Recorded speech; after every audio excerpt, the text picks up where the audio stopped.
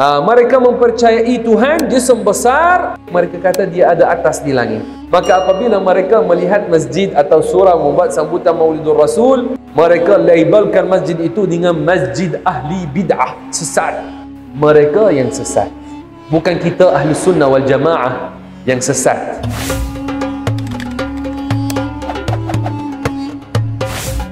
Jom sama-sama kami.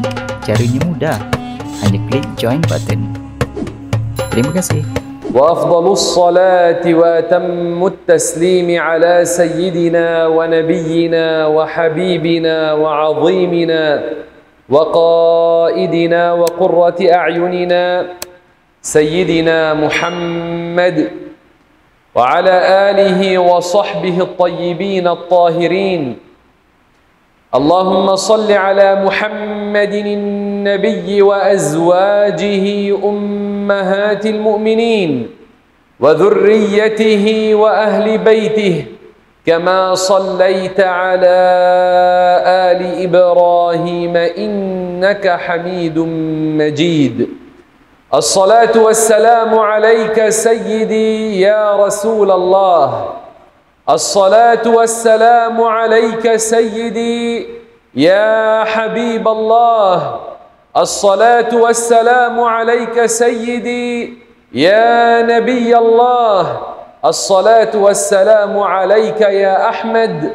الصلاة والسلام عليك يا طه. الصلاة والسلام عليك أيها السراج المنير. الصلاة والسلام عليك أيها البشير النذير. الصلاة والسلام عليك يا سيدي يا رسول الله. الصلاة والسلام عليك يا حبي يا رسول الله يا محمد. صلوا عليه وسلموا تسليما. أما بعد، مسلمين dan muslimat rahimakumullah subhanahu wa ta'ala. Allah subhanahu wa ta'ala telah berfirman dalam Al-Quran Al-Karim, Ya ayyuhan nabiyyu inna arsalnaka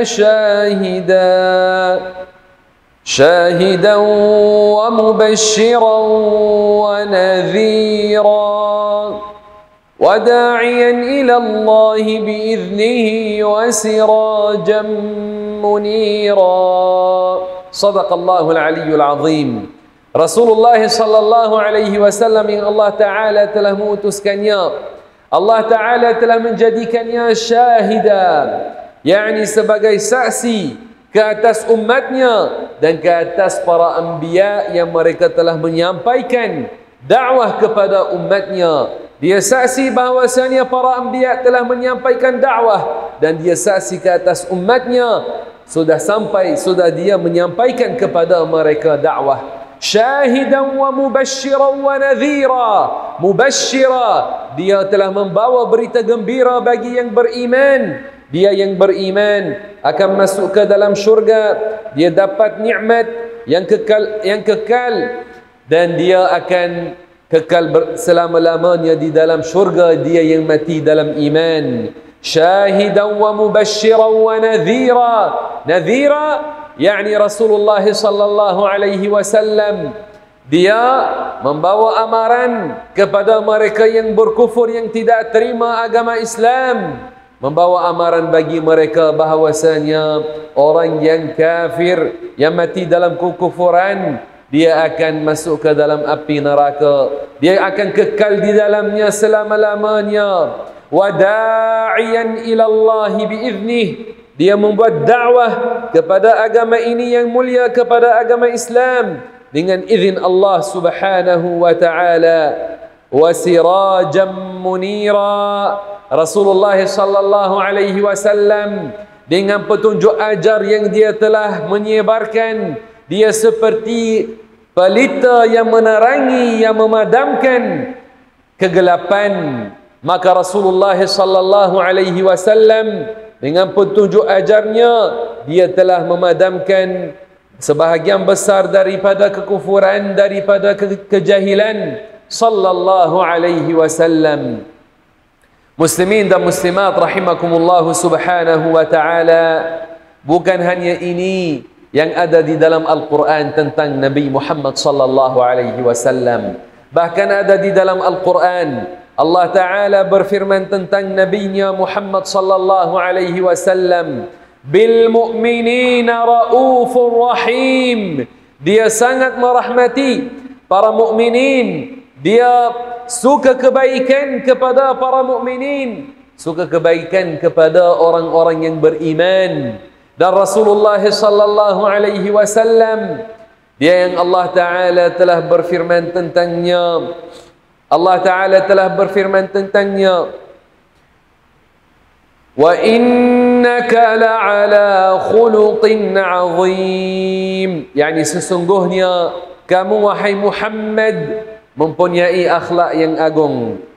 Bukan hanya ini juga yang ada dalam Al-Quran tentang kekasih kita Muhammad sallallahu alaihi wasallam. Bahkan Allah Ta'ala telah bersumpah dengan kehidupannya di dalam Al-Quran. Sedangkan di dalam Al-Quran Allah Ta'ala tidak bersumpah dengan kehidupan sesiapa daripada hamba-hambanya, melainkan dengan kehidupan Nabi Muhammad sallallahu alaihi wasallam. Allah Subhanahu wa Ta'ala berfirman, la'amruka innahum lafi sakratihim ya'mahun. Yani demi kehidupan kamu wahai Muhammad. Ini makna la'amruka. La'amruka maknanya demi kehidupan kamu wahai Muhammad. Maka seorang yang Allah Ta'ala telah memujinya di dalam Al-Quran, seorang yang Allah Ta'ala telah bersumpah dengan kehidupannya di dalam Al-Quran, betapa mulianya orang ini, betapa tingginya derajatnya orang ini. Itu adalah kekasih kita, itu adalah Nabi kita, Nabi umat ini, Muhammad ibnu Abdullah sallallahu alaihi wasallam. Muslimin dan muslimat rahimakumullah, Rasulullah Muhammad sallallahu alaihi wasallam ada baginya banyak nama. Ada setengah ulama yang menyebut bagi Rasulullah sallallahu alaihi wasallam lebih daripada 30 nama, dan ada yang menyebut baginya lebih daripada itu juga. Maka Rasulullah sallallahu alaihi wasallam di antara nama-namanya Muhammad dan Ahmad dan Al-Mahi. Apakah makna Al-Mahi? Al-Mahi maknanya yang Allah Ta'ala padamkan dengannya kekufuran, yakni sebahagian besar daripada kekufuran. Dan di antara namanya Al-Hashir. Al-Hashir yakni yang perhimpunan berlaku, Al-Hashr perhimpunan berlaku setelah dia diutuskan sallallahu alaihi wasallam. Dan di antara namanya Al-Aqib, dan ini semuanya ini warid dalam hadis Rasulullah sallallahu alaihi wasallam.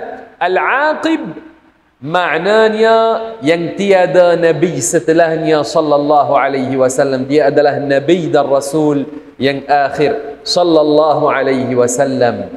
Dan Rasulullah sallallahu alaihi wasallam ada baginya banyak nama lagi sallallahu alaihi wasallam yang telah disebut di dalam kitab-kitab sirah. Ayahnya adalah Abdullah ibnu Abdul Muttalib, dan ayahnya dia wafat ketika Rasulullah sallallahu alaihi wasallam masih dalam kandungan ibunya. Apabila Aminah bintu Wahb masih lagi hamil dengan Rasulullah sallallahu alaihi wasallam, maka Abdullah telah wafat. Apabila Abdullah keluar untuk urusan perniagaan di Asyam, kemudian dia dalam perjalanan balik, dia berlalu di Madinah Al-Munawwarah. Maka apabila sampai ke Madinah Al-Munawwarah, dia sakit di sana, dan Rasulullah sallallahu alaihi wasallam ketika itu masih lagi dalam kandungan ibunya. Maka Abdullah dia sakit di Madinah Al-Munawwarah dan dia wafat di sana. Dan Rasulullah sallallahu alaihi wasallam nasabnya ia sampai kepada Adnan. Adnan sampai Adnan, ia adalah nasab yang sahih. Rasulullah sallallahu alaihi wasallam apabila menyebut nasabnya, dia tidak melepasi Adnan dalam menyebut nasabnya. Dan pasti nasabnya ia sampai kepada Ismail ibnu Ibrahim. Dia pasti juga dia daripada keturunan Nabiullah Ibrahim alaihi salam. Maka dia daripada keturunan Nabiullah Ibrahim. Adapun nasabnya sampai Adam, maka ada banyak khilaf yang disebut oleh ulama tentang nasabnya sampai kepada Adam. Tapi ada setengah ulama yang telah sebut apa yang disebut oleh ahli sejarah tentang ini, seperti contoh dalam kitab Alfiyatul Iraqi telah disebut oleh Al-Imam Al-Iraqi nasabnya sampai kepada Adam alaihi salam. Rasulullah sallallahu alaihi wasallam daripada kabilah Quraisy. Kabilah yang paling tinggi kedudukannya di kalangan kabilah-kabilah Arab. Dan Quraisy dinamakan dengan Quraisy kenapa? Ada ulama yang kata kerana ini daripada makna berkumpul yang ia diguna baginya dalam bahasa Arab perkataan taqarrashal qaumu. Maka taqarrashal qaumu yani mereka berkumpul, maka mereka karena berkumpul dalam kabilah mereka dinamakan sebagai Quraisy. Dan ada ulama yang menyebut qaul yang lain kenapa mereka dinamakan dengan Quraisy. Quraisy negerinya adalah Makkatul Mukarramah di sana. Dan Rasulullah sallallahu alaihi wasallam telah lahir di Makkah Al-Mukarramah. Ibunya Aminah, dia juga daripada Quraisy. Nasabnya dengan nasab Abdullah bertemu pada datuk mereka yang digelarkan dengan Kilab. Maka Rasulullah sallallahu alaihi wasallam telah lahir pada 12 Rabiul Awal pada tahun gajah, yang itu tahun yang Abrahah seorang raja yang kafir membawa satu gajah dengan tentera untuk menghancurkan Baitullah, untuk menghancurkan Al-Ka'bah, tetapi Allah Ta'ala telah mempertahankan Al-Ka'bah dan mengutuskan ke atas mereka tayran ababil, burung-burung yang melemparkan mereka dengan batu-batu. Setiap batu ada atasnya nama orang yang jatuh ke atasnya, dan mereka hancur dengan perkara ini. Masya Allah al-azim. Pada tahun yang sama Rasulullah sallallahu alaihi wasallam telah lahir. Dan Rasulullah sallallahu alaihi wasallam apabila dia lahir, ibunya Aminah melihat cahaya yang besar, seperti mana Rasulullah sallallahu alaihi wasallam mengkhabarkan, melihat cahaya yang besar apabila dia lahir, ia menerangi apa yang antara timur dan barat. Dan ini warid dalam hadis yang sahih. Maka Rasulullah sallallahu alaihi wasallam telah berlaku dan telah zahir pelbagai perkara yang ajib apabila dia lahir. Di antaranya ini, dan di antaranya telah terpadam api Parsi, yang mana golongan Parsi itu ketika itu mereka menyembah api. Jadi mereka ada satu api yang mereka telah bakar selama 1000 tahun, tak pernah terpadam selama 1000 tahun. Apabila Rasulullah sallallahu alaihi wasallam lahir, terpadam api itu. Dan apabila Rasulullah sallallahu alaihi wasallam lahir, bergegar istana Kisra. Kisra yang dia raja Parsi, dan jatuh daripadanya 14 balkoni. Dan itu tanda bahawasanya yang kekal daripada mereka 14 raja sahaja. Akhir mereka jatuh pada zaman sahabat Rasulullah sallallahu alaihi wasallam. Dan ada perkara-perkara ajib yang lain yang zahir apabila Rasulullah sallallahu alaihi wasallam lahir. Muslimin dan muslimat rahimakumullah, Nabi yang mulia ini lahir dalam keadaan yatim.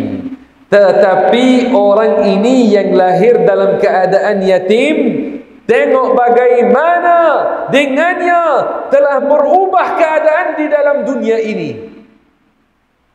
Dia lahir yatim di Makkah Al-Mukarramah. Tetapi tengok kepada petunjuk ajarnya sallallahu alaihi wasallam yang telah tersebar di timur dan barat. Masya Allah al-azim. Rasulullah Muhammad sallallahu alaihi wasallam walaupun dia lahir yatim, tetapi dia seorang yang mulia, dia seorang yang dipilih oleh Allah Subhanahu wa taala, dan Allah taala menjadikannya semulia-mulia ciptaannya, seafdal-afdal ciptaannya sallallahu alaihi wasallam. Rasulullah sallallahu alaihi wasallam dijaga oleh datuknya Abdul Muttalib, di bawah jagaan datuknya Abdul Muttalib, dan ibunya Aminah dia telah wafat, sedangkan Rasulullah sallallahu alaihi wasallam masih lagi dalam usia 4 tahun dan dikatakan 6 tahun. Dia pergi untuk menziarahi setengah kerabatnya di Madinah Al-Munawwarah bersama Rasulullah sallallahu alaihi wasallam, maka dia sakit dan wafat di Madinah Al-Munawwarah. Maka dibawa Rasulullah sallallahu alaihi wasallam balik oleh seorang hamba perempuan bagi keluarga dia, yang dia adalah Barakah. Dia telah membawanya balik ke Makkah Al-Mukarramah kepada datuknya Abdul Muttalib. Rasulullah sallallahu alaihi wasallam setelah kewafatan datuknya Abdul Muttalib, yang menjaganya adalah bapa saudaranya Abu Talib. Abu Talib yang dia adalah ayah kepada Ali bin Abi Talib. Dan Rasulullah sallallahu alaihi wasallam pernah keluar bersamanya ke Asyam untuk urusan perniagaan. Sebelum dia keluar untuk urusan perniagaan bagi Khadijah, sebelum itu dia pernah keluar bersama bapa saudaranya Abu Talib.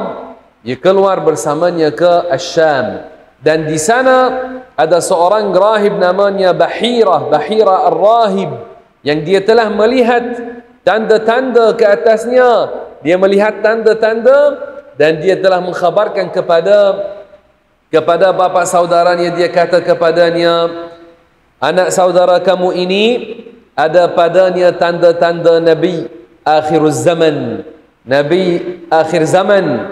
Maka jika golongan Yahud mereka tahu tentangnya, mereka akan membunuhnya, bawanya balik ke negeri kamu.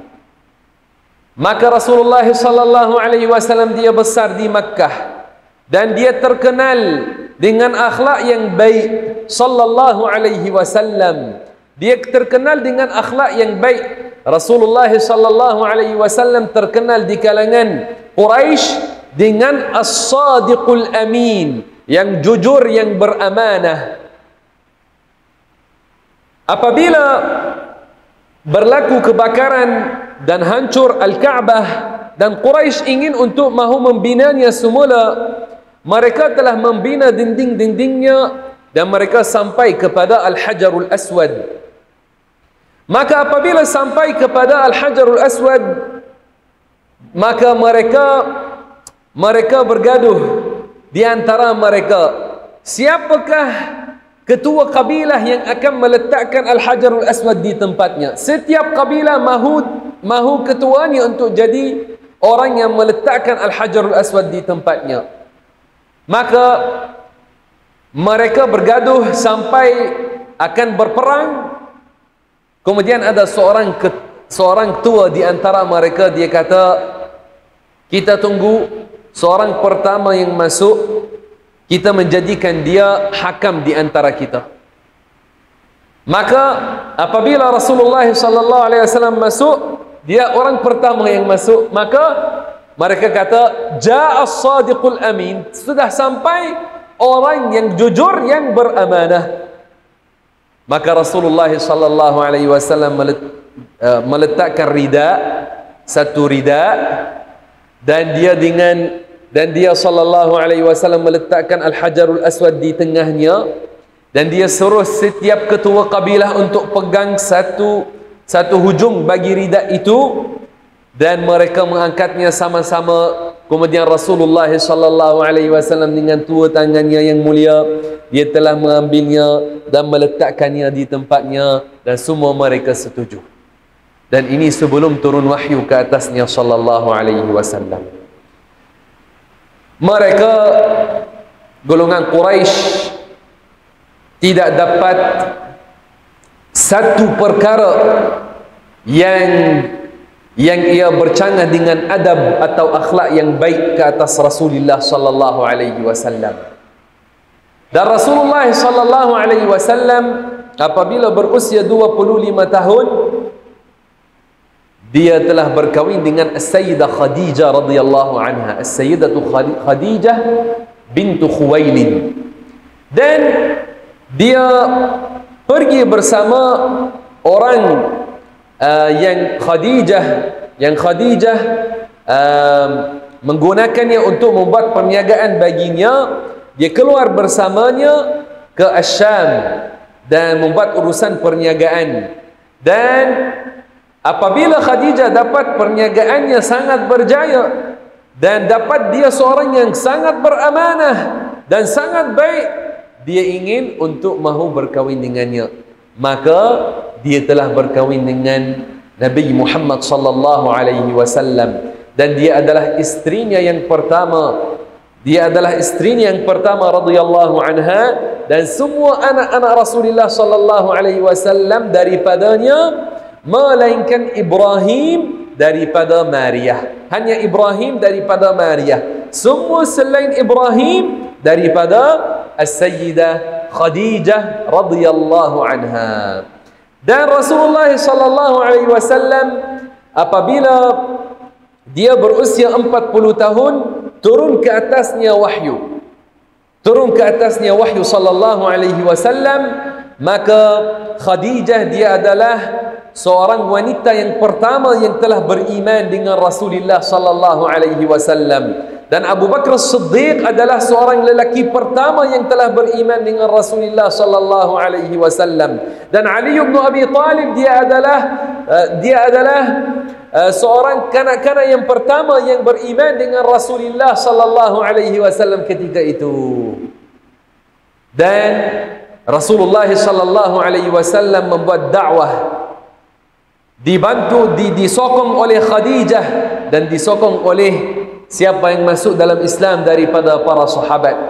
Rasulullah sallallahu alaihi wasallam, Allah Ta'ala telah mengutuskannya kepada seluruh manusia dan jin. Bukan hanya kepada penduduk Makkah, bukan hanya kepada penduduk peninsula Arab, bahkan dia adalah Rasulullah kepada seluruh manusia dan jin.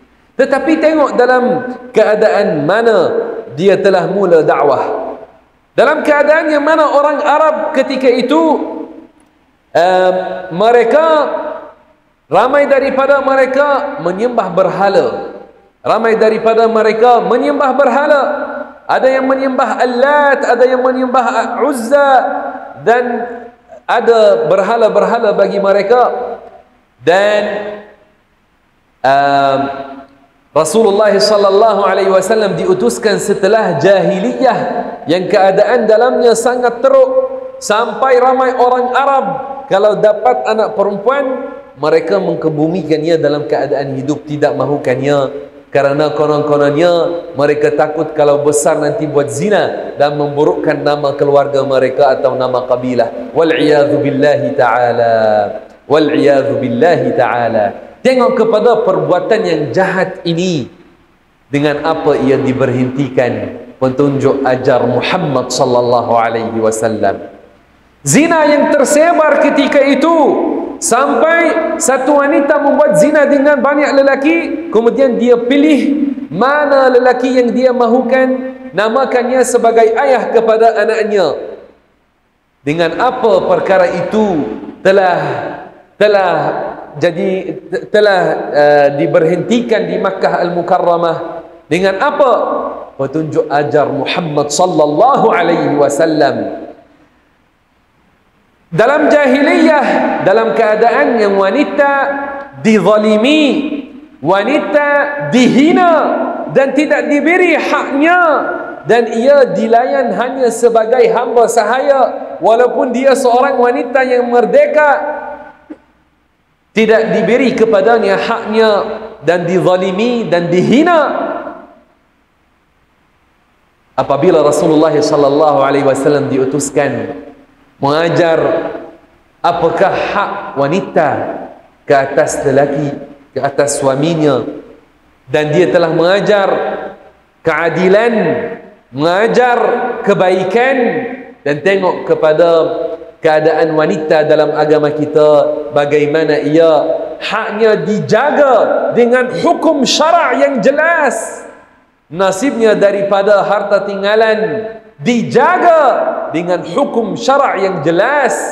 Dan jika sesiapa mahu mengambil haknya, maka ada hukum syarak yang boleh orang itu untuk diberhentikan, kerana ada hukum syarak yang jelas bagi kita. Muslimin dan muslimat rahimakumullah subhanahu wa ta'ala, dengan petunjuk ajar Nabi Muhammad sallallahu alaihi wasallam, keadaan wanita kembali kepada keadaan yang baik di antara masyarakat orang Arab.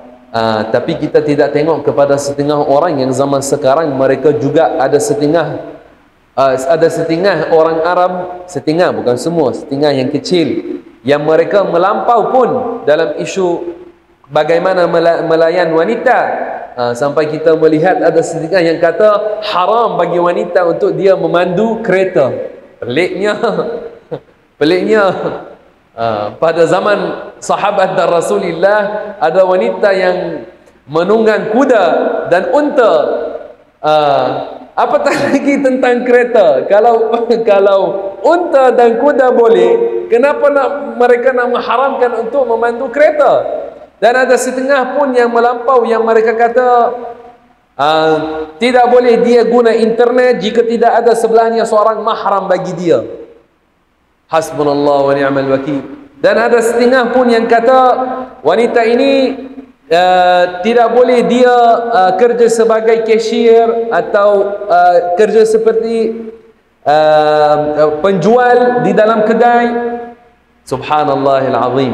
Ini adalah pendapat-pendapat setengah yang mereka sangat keras daripada golongan Wahabiyah, yang mereka dalam asas akidah mereka berpegang dengan pegangan yang salah. Apatah lagi tentang perkara-perkara ini. Maka jangan dihukum atas semua orang Arab sekarang dengan melihat kepada segelintir golongan Wahabiyah ini, yang kita sendiri orang Arab tidak setuju dengan mereka. Maka muslimin dan muslimat rahimakumullah subhanahu wa ta'ala, Rasulullah sallallahu alaihi wasallam dengan petunjuk ajarnya telah berubah keadaan di peninsula Arab, dan kebaikan ini kekal tersebar dan berluas lagi dan lagi sampai ia ke Nusantara, sampai ia ke China, sampai ia ke banyak tempat di timur dan barat. Masya Allah al-azim. Maka petunjuk ajar ini yang membuat kehidupan kita baik, sampai sekarang kita bermanfaat daripada petunjuk ajar Muhammad sallallahu alaihi wasallam. Bukankah kita gembira dengan ini? Pasti kita gembira. Kita gembira apabila keadaan kita bukan seperti keadaan orang dalam jahiliyah. Alhamdulillah, kita orang-orang yang beriman dengan Allah, kita orang-orang yang beriman dengan Rasulullah, kita orang-orang yang ada masjid, yang kita buat ibadah kepada Allah subhanahu wa ta'ala. Masya Allah al-azim. Muslimin dan muslimat rahimakumullah subhanahu wa ta'ala, ini adalah kurniaan Allah ta'ala yang Allah ta'ala menyuruh kita dalam Al-Quran untuk kita bergembira dengannya.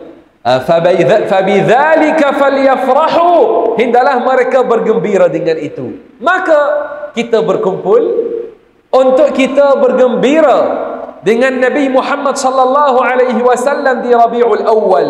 Dia yang membawa petunjuk ajar ini kepada umatnya. Maka makna daripada kita berkumpul untuk menyambut kelahiran Rasulullah sallallahu alaihi wasallam adalah kita bersyukur kepada Allah ke atas nikmat yang besar ini, dan kita bergembira dengan petunjuk ajar Nabi Muhammad sallallahu alaihi wasallam, dengan kebaikan yang dia telah membawa kepada kita. Jasanya sangat baik sallallahu alaihi wasallam. Jasanya sangat baik sallallahu alaihi wasallam dan sangat besar terhadap umatnya. Maka muslimin dan muslimat rahimakumullah, bagaimana tidak jatuh cinta dengan orang yang telah membuat dengan kita atau terhadap kita semua kebaikan ini. Pasti kita cinta kepadanya sallallahu alaihi wasallam, dan cinta kepadanya membawa kita bersama. Cinta kepada Muhammad sallallahu alaihi wasallam menyatukan kita. Cinta kepadanya sallallahu alaihi wasallam ia jadi kekuatan bagi umat kita dan bagi masyarakat kita. Dan apabila kita menyambut hari kelahirannya sallallahu alaihi wasallam, maka dengan ini kita lagi dan lagi memperkuatkan cinta terhadapnya sallallahu alaihi wasallam, dan dengan ini kita menjaga kesatuan umat yang mereka ikut Nabi Muhammad sallallahu alaihi wasallam. Dengan ini kita menunjukkan betapa umat ini cinta kepada nabinya sallallahu alaihi wasallam. Muslimin dan muslimat rahimakumullah, ini yang kita buat. Kita buatnya dengan kita rasa terlalu rindu kepadanya sallallahu alaihi wasallam. Kita rasa mahu membuat sambutan Maulidur Rasul, dan ini yang kita dapat buat. Kita mahu dengan ini menzahirkan cinta kita kepada Rasulullah sallallahu alaihi wasallam. Kita adalah kaum yang datang setelah lebih daripada 1000 tahun daripada Rasulullah sallallahu alaihi wasallam diutuskan. Tapi kita ikutnya dan kita cinta kepadanya. Tetapi bukankah kita bercita-cita kalau kita dapat satu saat pun duduk berdekatan dengannya sallallahu alaihi wasallam? Pasti kita bercita-cita. Bukankah kita bercita-cita kalau kita dapat melihat wajahnya sallallahu alaihi wasallam dalam keadaan dia bersenyum terhadap kita seperti mana dia sentiasa senyum terhadap sahabatnya. Kata seorang sahabat, aku tidak pernah berjumpa dengan Rasulullah sallallahu alaihi wasallam melainkan Rasulullah sallallahu alaihi wasallam dia senyum terhadap aku. Bukankah kita bercita-cita kalau kita dapat walaupun sedikit seperti mana Abu Ayyub Al-Ansari dapat apabila Rasulullah jadi tetamunya di dalam rumahnya. Apabila dia duduk berdekatan dengan Rasulullah sallallahu alaihi wasallam makan dengannya daripada satu talam. Kemudian Abu Ayyub walaupun dia dekat dengan Rasulullah, mahu lagi dan lagi ambil barakah daripada Rasulullah. Dia tengok mana jari-jari Rasulullah sallallahu alaihi wasallam menyentuh, dia mengambil makanan daripada tempat yang sama untuk bertabarruk mengambil barakah daripada Rasulullah sallallahu alaihi wasallam. Bukankah kita bercita-cita kalau kita dapat ada bersamanya sallallahu alaihi wasallam dalam satu perang, mempertahankannya sallallahu alaihi wasallam seperti mana dibuat oleh para sahabat yang mulia, seperti mana mereka mempertahankan Rasulullah sallallahu alaihi wasallam dengan badan mereka, dengan senjata mereka. Bukankah kita bercita-cita kalau kita dapat mendengar satu hadis daripada mulutnya sallallahu alaihi wasallam? Bukankah kita bercita-cita dengar satu ayat dibaca oleh Rasulullah sallallahu alaihi wasallam? Masya-Allah al-azim. Muslimin dan muslimat rahimakumullah subhanahu wa ta'ala, kita bercita-cita tetapi orang yang mukmin, orang yang beriman dengan Allah dan Rasulnya, dia akan berjumpa dengan Nabi Muhammad sallallahu alaihi wasallam nanti di hari akhirat. maka tetaplah atas iman, tetaplah atas kebenaran yang diajarkan oleh Rasulullah sallallahu alaihi wasallam. Dan semoga Allah Ta'ala kumpulkan kita di bawah panji Nabi Muhammad sallallahu alaihi wasallam di hari akhirat kelak. Muslimin dan muslimat rahimakumullah subhanahu wa ta'ala, Rasulullah Muhammad sallallahu alaihi wasallam, Rasulullah Muhammad sallallahu alaihi wasallam yang dia Nabi yang akhir, tiada setelahnya Nabi, telah diutuskan dengan agama Islam seperti semua para anbiya sebelumnya, dan telah mengajar la ilaha illallah seperti mana diajar oleh semua para anbiya sebelumnya, kerana semua para anbiya beragama Islam. Tidak ada seorang nabi yang mengajar agama Yahudi atau agama Nasrani atau agama Buddha, tidak, karena agama yang benar adalah agama Islam. Maka Rasulullah sallallahu alaihi wasallam, aqidahnya dan aqidah semua para anbiya sebelumnya adalah satu aqidah tentang Allah Subhanahu wa taala. Semua mereka mempercayai bahawasanya tiada Tuhan melainkan Allah, dan Allah Subhanahu wa taala tiada permulaan bagi kewujudannya. Dia azali, dan setiap sesuatu selainnya baharu ada permulaan baginya. Dan Allah Subhanahu wa taala tiada akhir bagi kewujudannya, dan dia tidak seperti sesuatu, tidak seperti cahaya, tidak seperti kegelapan, bukan jisim besar seperti gunung, bukan jisim yang kecil seperti habuk atau semut. Bahkan Allah Ta'ala tidak bersifat dengan sifat-sifat makhluk, tidak bersifat dengan panjang dan lebar dan warna dan anggota badan seperti tangan dan kaki. Maha suci Allah Subhanahu wa taala daripada itu. Allah berfirman dalam surat Asy-Syura ayat nombor 11, laisa kamithlihi syai', yakni Allah Ta'ala dia tidak seperti sesuatu, dia tidak seperti sesuatu, dan tidak boleh menggambarkan Allah dalam fikiran. Ulama kita mereka faham bahawasanya perkara yang paling penting yang diajar oleh Rasulullah sallallahu alaihi wasallam adalah aqidah, adalah asas Islam, beriman dengan Allah dan Rasulnya. Karena ini mereka sentiasa mengajar tentang sifat 20. Sampai kalau kita pergi mana-mana ke masjid umat Islam di Nusantara, kita tanya kepada masyarakat, sebutlah tentang sifat 20, mereka hafal. Al-wujud, al-qidam, al-baqa, khalfatu lil hawadith, qiyamuhu binafsihi, al-wahdaniyah, al-qudrah, al-iradah, mereka sebut. Ini kesan usaha ulama kita yang mengajar tentang sifatullah, kerana mengenal Allah yang ia kewajipan yang paling besar atas mukallaf adalah dengan mengenal sifat-sifat Allah Subhanahu wa taala. Dan kerana ini sultan-sultan kita, termasuk sultan-sultan Melayu zaman dahulu, mereka ambil berat tentang ini, mengajar aqidah Ahlus Sunnah wal Jamaah yang diajarkan oleh Rasulullah sallallahu alaihi wasallam, yang ia asas agama ini. Di antara mereka As-Sultan Alauddin Sulaiman Shah, Sultan Selangor Darul Ihsan yang kelima, yang dia jadi sultan pada tahun 1898 sampai 1938, dan dia menulis sebuah kitab berjudul Pohon Agama. Dalamnya dia syarah tentang sifatullah. Dia syarah bahwasanya Allah Ta'ala bersifat dengan qiyamuhu binafsih. Kata baginda Sultan, qiyamuhu binafsih, ini pada muka surat 10. Qiyamuhu binafsih, maka bukan ia jirim yang mengambil lapang. Yani Allah bukan jisim yang berada di tempat. Saya jisim berada di tempat, ada di masjid. Allah Ta'ala yang menciptakan masjid dan langit dan segala tempat dan arah. Dia tidak berhajat kepada tempat atau arah.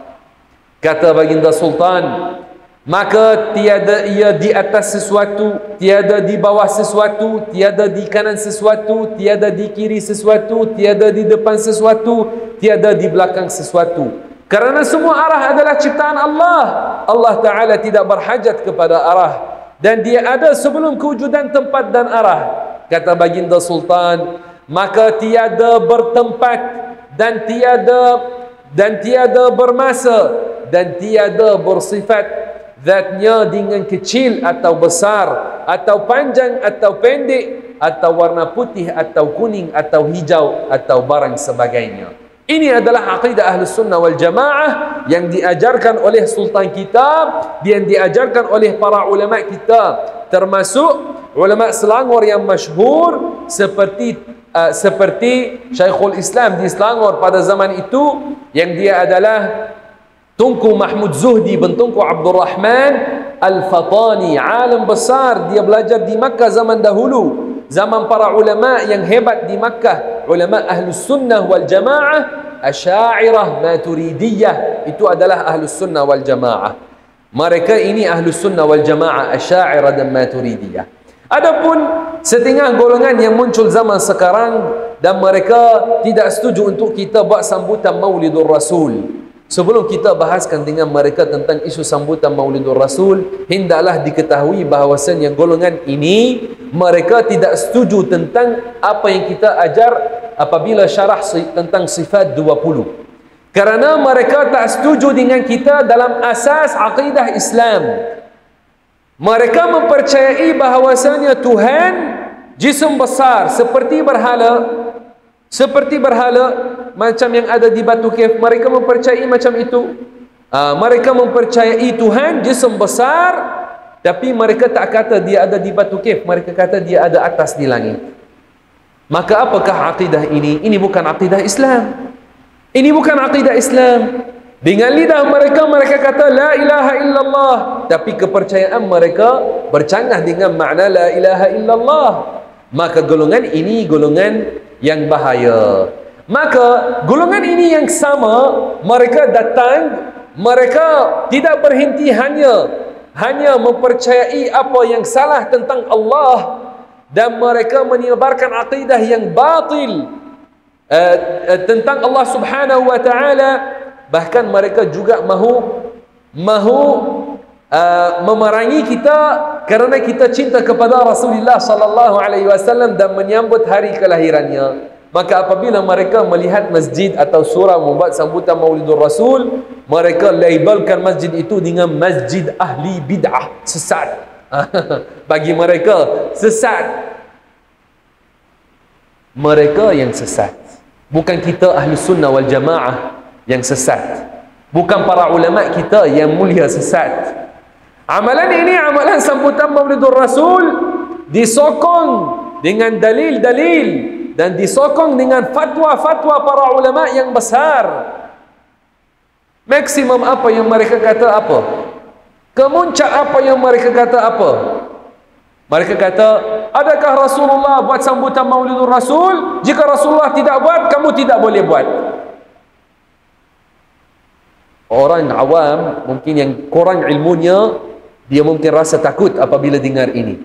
Tapi orang yang ada sedikit ilmu, dia tidak rasa takut dan dia tahu bahawasanya apa yang mereka kata bukan hujah.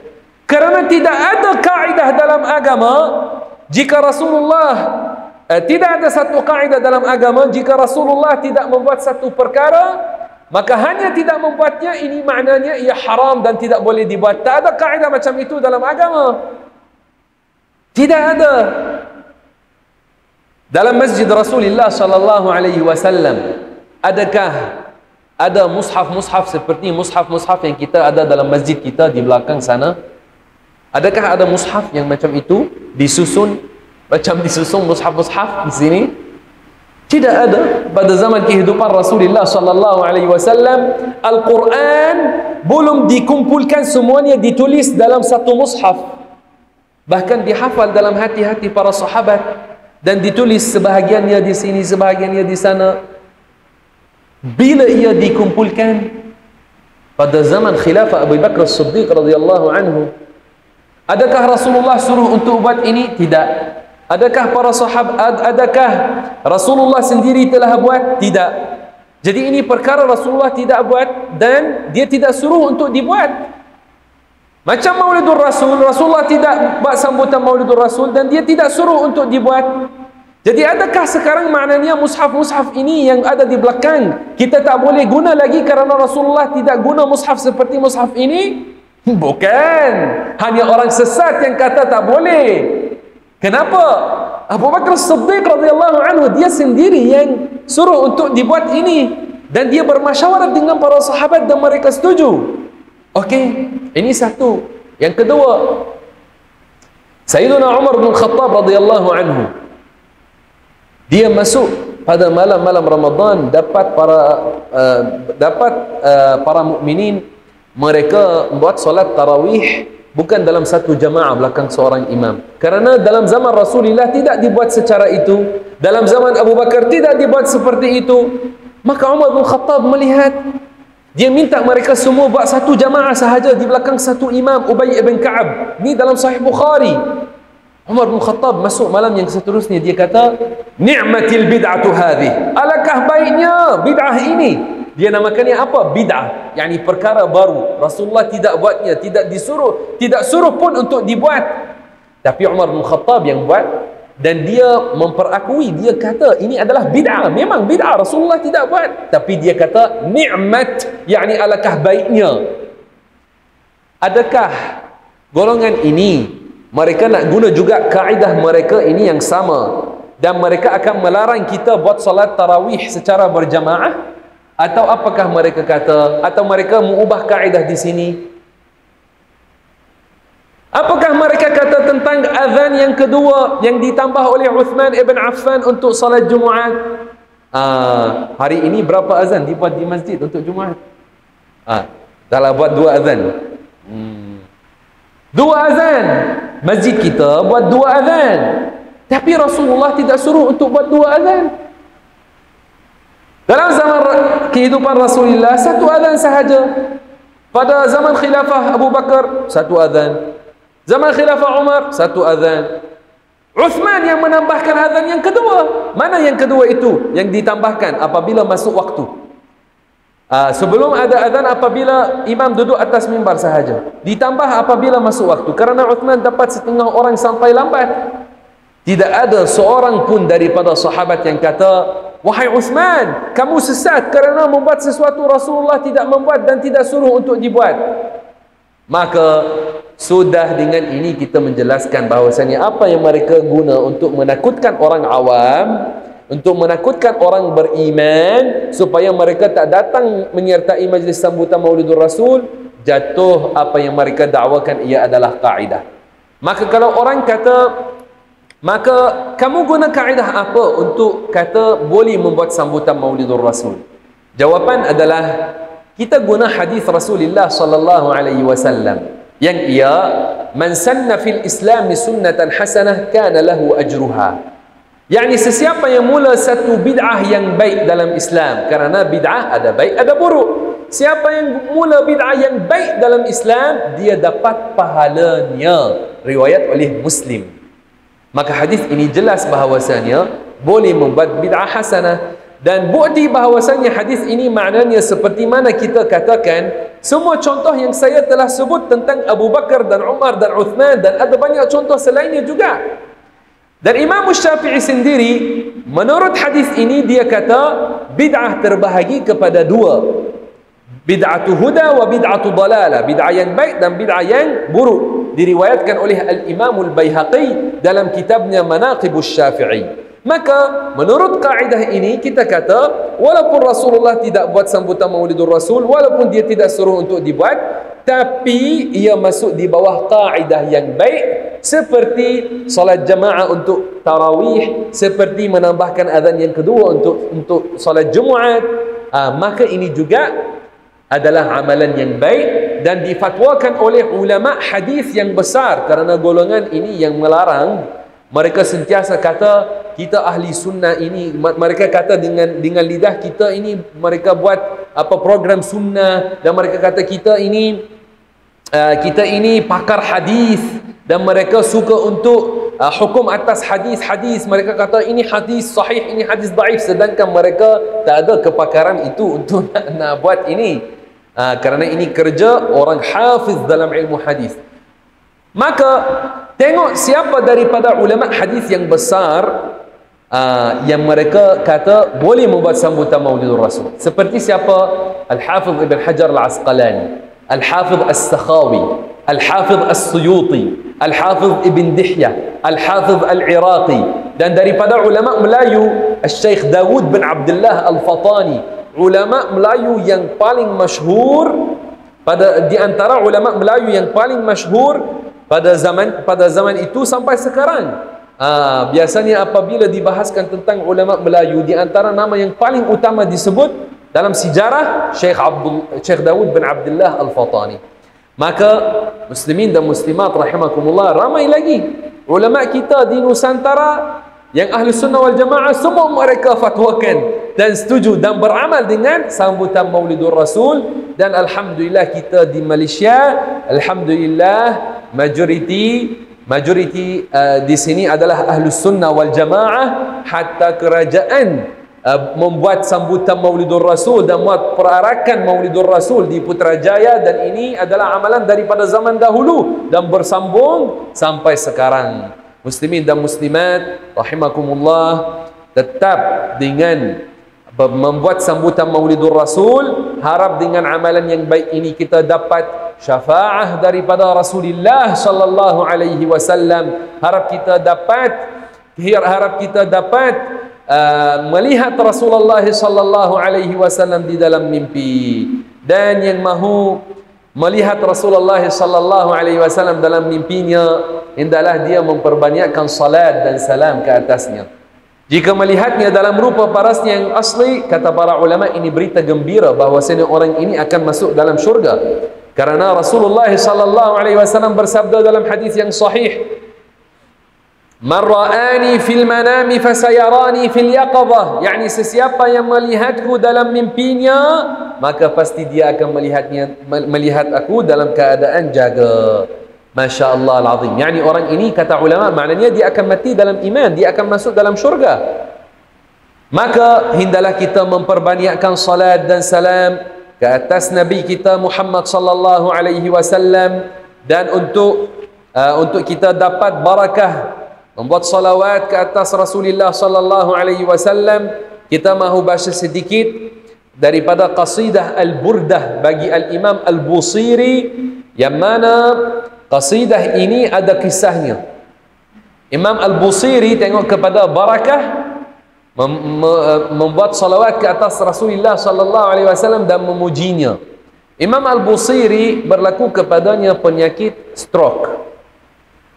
Maka dia ingat mahu buat satu amalan yang salih, harap dengan amalan yang salih itu disembuh daripada penyakitnya. Maka apakah dia pilih? Dia pilih untuk menulis satu qasidah memuji Rasulullah sallallahu alaihi wasallam padanya. Apabila dia menulisnya, dia melihat dalam mimpi Rasulullah sallallahu alaihi wasallam. Rasulullah menyapu atasnya, atas badannya, maka dia sembuh daripada penyakit stroke. Dia bangun daripada tidurnya, secara hakiki dia sudah sembuh daripada penyakit stroke dengan barakah memuji Rasulullah sallallahu alaihi wasallam. Dia keluar daripada rumahnya, berjumpa dengan seorang daripada ahli tasawuf, orang yang salih. Maka orang itu kata kepada Imam Busiri, "Wahai tuanku, saya mahu dengar qasidah yang kamu telah menulis memuji padanya Rasulullah sallallahu alaihi wasallam." Kata Imam Busiri, "Saya telah menulis banyak qasidah. Banyak qasidah, bukan satu qasidah saya menulis." Qasidah yang mana satu kamu mahu? Dia belum khabarkan bahwasanya ada qasidah baru.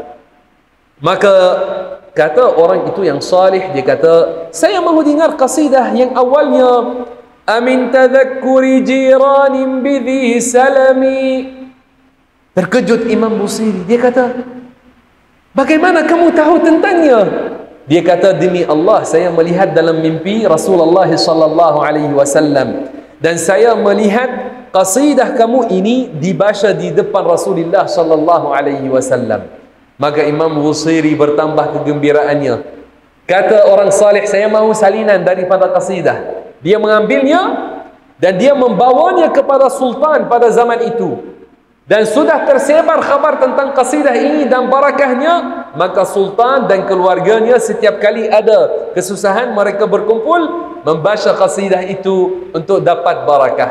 Maka kita sama-sama pada malam ini membaca insya-Allah taala, juga yang ikut kita online juga hendaklah mereka ikut kita dapat barakah insya-Allah di rumah mereka apabila membuat salawat ke atas Rasulullah sallallahu alaihi wasallam. اللهم صل وسلم وبارك على سيدنا ونبينا محمد وعلى آله وصحبه الطيبين الطاهرين. مولاي صل وسلم دائما أبدا على حبيبك خير الخلق كلهم. مولاي صل وسلم على حبيبك خير الخلق كلهم. sama-sama. مولاي صل وسلم دائما أبدا على حبيبك خير الخلق كلهم. مولاي صل وسلم دائما أبدا على حبيبك خير الخلق كلهم. أمن تذكر جيران بذي سلام مزجت دمعا جرى من مقلة بدم. أم هبت الريح من تلقاء كاظمة وأومض البرق في الظلماء من عظام. مولاي صل وسلم دائما أبدا على حبيبك خير الخلق كلهم. مولاي صل وسلم دائما أبدا على حبيبك خير الخلق كلهم. فما لعينيك إن قلت كفوفا همتا وما لقلبك إن قلت استافق يهيم. أيحسب الصب أن الحب منكتم ما بين منسجم منه ومضطرم. مولاي صل وسلم دائما أبدا على حبيبك خير الخلق كلهم. مولاي صل وسلم دائما أبدا على حبيبك خير الخلق كلهم. محمد سيد الكونين والثقلين والفريقين من عرب ومن عجم. هو الحبيب الذي ترجى شفاعته لكل هول من الأهوال مقتحم. مولاي صل وسلم دائما أبدا على حبيبك خير الخلق كلهم. مولاي صل وسلم دائما أبدا على حبيبك خير الخلق كلهم. دعا إلى الله فالمستمسكون به مستمسكون بحبل غير منفصم. فاق النبيين في خلق وفي خلق ولم يدانوه في علم ولا كرم. مولاي صل وسلم دائما أبدا على حبيبك خير الخلق كلهم. مولاي صل وسلم دائما أبدا على حبيبك خير الخلق كلهم. وكلهم من رسول الله ملتمس غرفا من البحر أو رشفا من الديم فمبلغ العلم فيه أنه بشر وأنه خير خلق الله كلهم مولاي صل وسلم دائما أبدا على حبيبك خير الخلق كلهم sama-sama صل وسلم دائما أبدا على حبيبك خير الخلق كلهم أكرم بخلق نبي زانه خلق بالحسن مشتمل بالبشر متسم يا ربي بالمصطفى بلغ مقاصدنا واغفر لنا ما مضى يا واسع الكرم يا ربي بالمصطفى بلغ مقاصدنا واغفر لنا ما مضى يا واسع الكرم مولاي صل وسلم دائما أبدا على حبيبك خير الخلق كلهم مولاي صل وسلم دائما أبدا على حبيبك خير الخلق كلهم. بارك الله فيكم أكرمكم الله جزاكم الله تعالى كل خير والله سبحانه وتعالى أعلم وأحكم. الحمد لله رب العالمين والصلاة والسلام على سيدنا محمد وعلى آله وصحبه الطيبين الطاهرين. اللهم يا أرحم الراحمين يا أكرم الأكرمين اغفر لنا وارحمنا وعافنا واعف عنا وشفع نبينا محمدا صلى الله عليه وسلم فينا وارزقنا رؤيته في المنام على صورته الأصلية. اللهم احشرنا تحت لوائه وأوردنا حوضه وارزقنا يا ربنا شربة من حوضه لا نظمأ بعدها أبدا. اللهم اغفر لنا ولوالدينا وارحمهم كما ربونا صغارا. اللهم اغفر لنا ولمشايخنا واجزهم عنا خيرا. وآخر دعوانا الحمد لله وصلى الله وسلم على سيدنا محمد وعلى آله وصحبه الطيبين الطاهرين. بارك الله فيكم. السلام عليكم.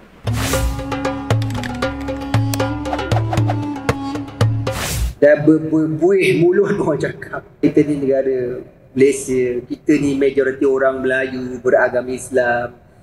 Satulah atas dasar Islam, payah sangat. Aku tak faham betul lah. Payah sangat nak bersatu nama Islamnya. Pelik kan?